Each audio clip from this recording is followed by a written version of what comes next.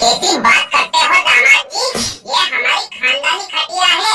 हमारी 7 पीढ़ियां बीत गई लेकिन ये आज तक नहीं टूटी। अच्छा ऐसी बात है, तब तो बिना डरे बैठ जाता हूँ। हाँ जमाई राजा, डर को मारो बोली, बैठ जाओ। लेकिन ये बताओ, मैं अकेले आया हूँ,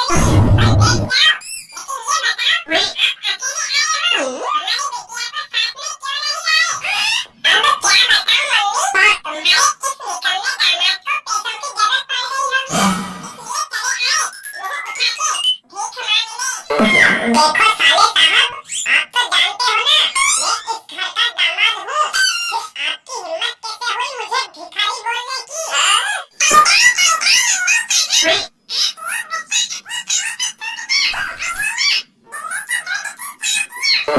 देखो ससुर जी, आपके सारे घर वाले मिलकर मेरा अपमान कर रहे हैं और आप खड़े खड़े सुन रहे हो। आप इनको कुछ कहते क्यों नहीं? अबे चुप हो जाओ हरामखोरों, जानते नहीं ये अपने घर के इकलौते दामाद हैं। अच्छा दिन में मोमबत्ती लेकर ढूंढते फिरोगे तो भी इनके जैसा निकम्मा दामाद नहीं मिलेगा। एक बात बता ससुर जी, आप मेरी तारीफ कर रहे हो या टांग खिंचाई? साला मुझे तो कुछ समझ में नहीं आ रहा। कैसी बात करते हो जमाई राजा, तुम्हारे कारनामे तो इतने अच्छे हैं कि उनको देखकर अंबानी भी अपनी माँ के पल्लू में छुप जाए। मैं तुम्हारी बुराई कैसे कर सकता हूँ? हाँ दामाद जी, मेरी बेटी ने पूरे 170 सोमवार किए हैं, तब जाके तुम जैसा कलमुहा पति मिला है। अरे अब तुम लोग मेरा बार बार अपमान करना बंद करो, वरना मैं गुस्सा करके यही तुम्हारी चौखट पे अपनी जान दे दूंगा। क्यों जीजा जी, आप कितने बजे अपनी जान देने वाले हो? हमें बता दो ताकि हम पहले से ही डॉक्टर को बुला लें तुम्हारा पोस्टमार्टम कराने के लिए। अबे साले, तेरी हरकतें देखकर तो ऐसा लगता है कि पैसों के लिए तू अपनी माँ को भी बेच दे, लेकिन कम से कम मेरी डेड बॉडी तो छोड़ दे।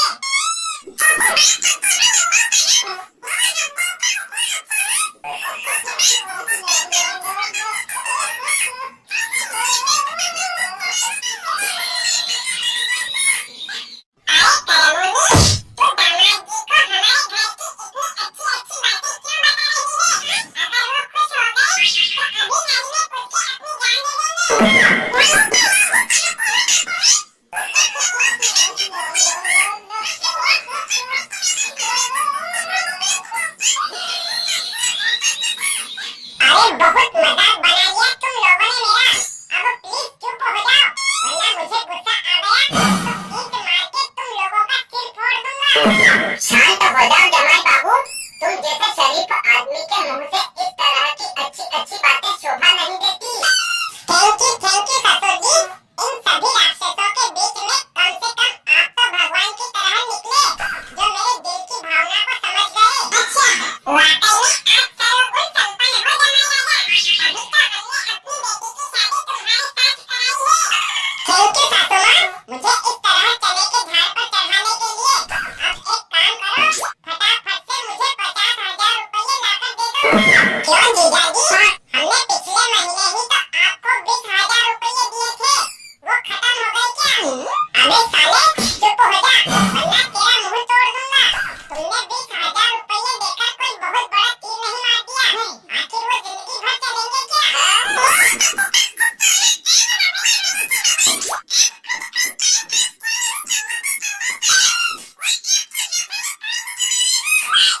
अरे भाभी जी, माना कि आपके पूरे घर वाले सुअर के वंशज हैं, लेकिन कम से कम आप तो मेरी इज्जत का लिहाज करो। आखिर मैं इस घर का दामाद हूँ। तो क्या हुआ कलमुने, अगर तू हमारे घर का दामाद है तो इसका मतलब ये थोड़ी कि महीने के महीने आकर हमसे पैसा मांगता रहे। देखो ससुर जी, आप तो जानते हो ना, आपकी बेटी शेरनी है, शेरनी, और रात दिन मुझे मारती रहती है, लेकिन फिर भी मैं उसे बर्दाश्त कर रहा हूँ। तो आपका भी फर्ज बनता है, कम से कम 50,000 रुपये मुझे हर महीने दिया करो। बेटा, ए कल्लू बेटा, क्या कर रहा है? कुछ नहीं माँ, फ्री फायर खेल रहा हूँ। अरे बेटा, तू उठते ही फ्री फायर खेलने में लग जाता है। तुझे पता नहीं है आज हमारे मोहल्ले में नल नहीं आए हैं। इसलिए जाकर नीम चौक वाली टंकी से 4 डिब्बी पानी ले आ, वरना खत्म हो जाएगा तो हम लोग दिन में क्या पियेंगे।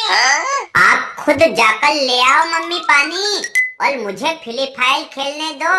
मैं आज फ्री फायर में थाले लेवल पार कर दूंगा। हे भगवान, कैसा निकम्मा बेटा दिया है तूने मुझे, जो मेरे बुढ़ापे का सहारा बनने के बजाय खुद मेरे ऊपर ही बोझ बन गया है। क्यों मम्मी, आप भगवान को क्यों कोस रही हो? और क्या करूं मैं, एक तो ये बुढ़ापा, ऊपर से सांस फूलने की बीमारी, कब तक तेरे आगे आगे काम करती रहूंगी। इसीलिए तो मैं कहता हूँ मम्मी, कोई सुंदर सी कन्या देखकर मेरी शादी करा दो, फिर घर का सारा काम वो अकेली करती रहेगी और आप कुर्सी पे बैठी बैठी लाड करना लाड।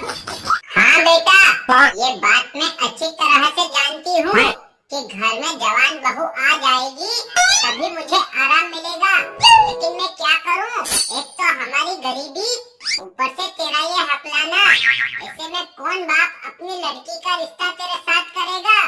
तो आप एक बार पापा को बोलकर तो देखो, मेरे लिए वो स्वर्ग में रहने वाली अप्सरा जैसी लड़की ढूंढ के ले आएंगे।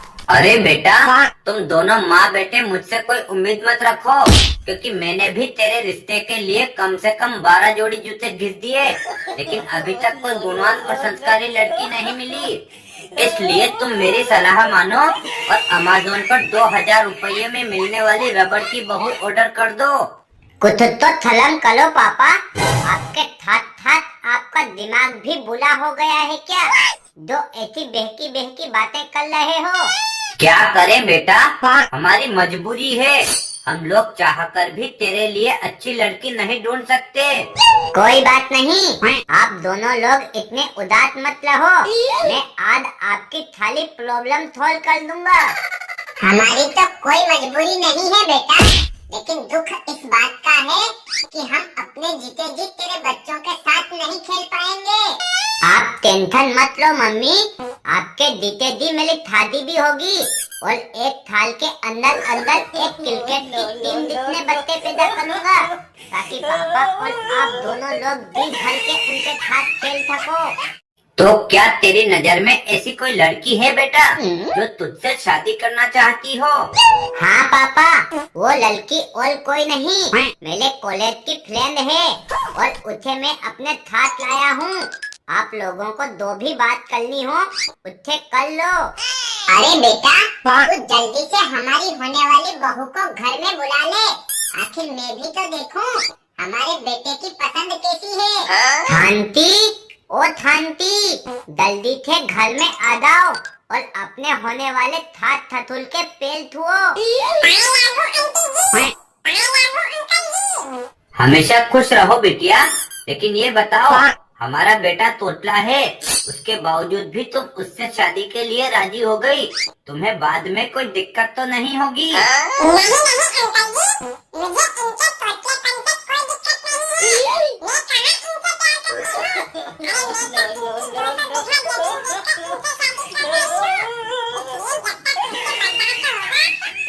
नहीं